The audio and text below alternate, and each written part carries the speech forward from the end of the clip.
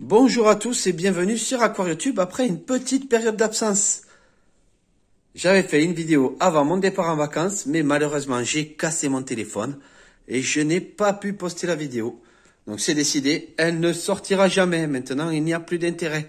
Je vais donc faire une vidéo sur le retour de vacances devant cet aquarium qui, comme vous le voyez, a été envahi par la végétation. Donc je suppose qu'il a fait très chaud dans mon appartement, puisque comme on peut le voir, la végétation a énormément poussé. Tout est envahi. Vous voyez, ma plante épée essaye de se propager partout et fait tout le tour de l'aquarium. Ici, on a une Echinodorus qui est sortie du bac et que je laisse pousser. Vous voyez, elle fait ses feuilles, donc qui sont certainement acclimatées à l'extérieur et qui vont pouvoir vivre peut-être hors de l'eau. Donc je vais pousser l'expérience un petit peu plus loin.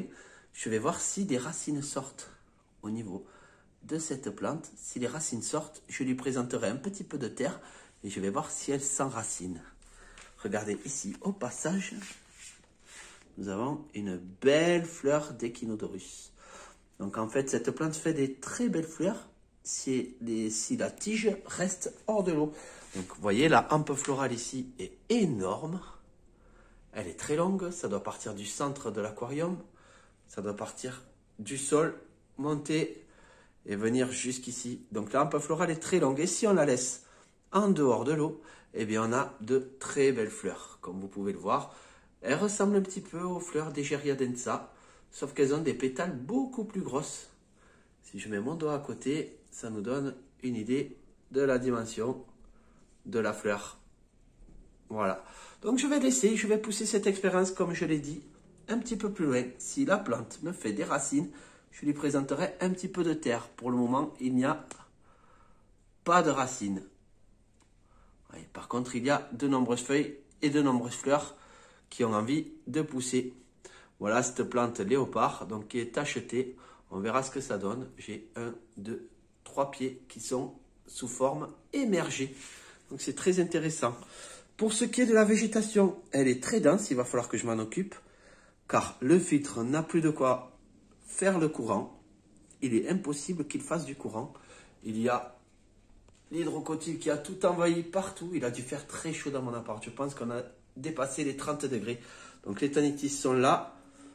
Ils sont tous là. Et il y a même les petits que j'avais introduits ici avant les vacances. Parce que comme je ne pouvais pas m'en occuper, je les avais mis avec les grands dans ce bac qui a beaucoup plus de chances de trouver de la nourriture que dans le vase qui était ici derrière et où là, eh bien, il n'allait jamais trouver de nourriture.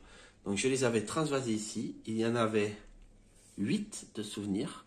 Je ne sais pas combien il en reste. Je vais déjà éclaircir tout ça, nettoyer le filtre. Un bon changement d'eau après 3 semaines d'absence, ça fera pas de mal. Et je vois qu'il reste au moins, j'ai déjà compté 4 ou 5 bébés poissons, bébés Tanictis qui sont là. Voilà. Donc ils sont là. Les gros, j'en ai déjà compté aussi 4 ou 5, donc il doit en rester quelques-uns. Un petit peu de maintenance.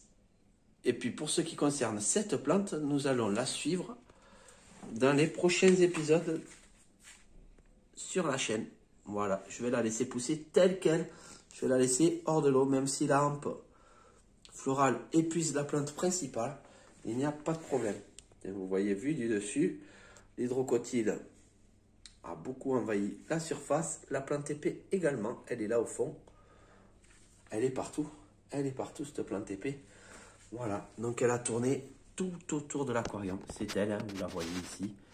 Elle cherche à s'enraciner. Oh, j'ai l'impression qu'elle a fait au moins 2 tours, vu qu'on voit ici 2 tiges. Donc elle a fait au moins 2 fois le tour de l'aquarium. Voilà. Et ici, ce sont des petits bébés que l'on voit qui sont planqués là.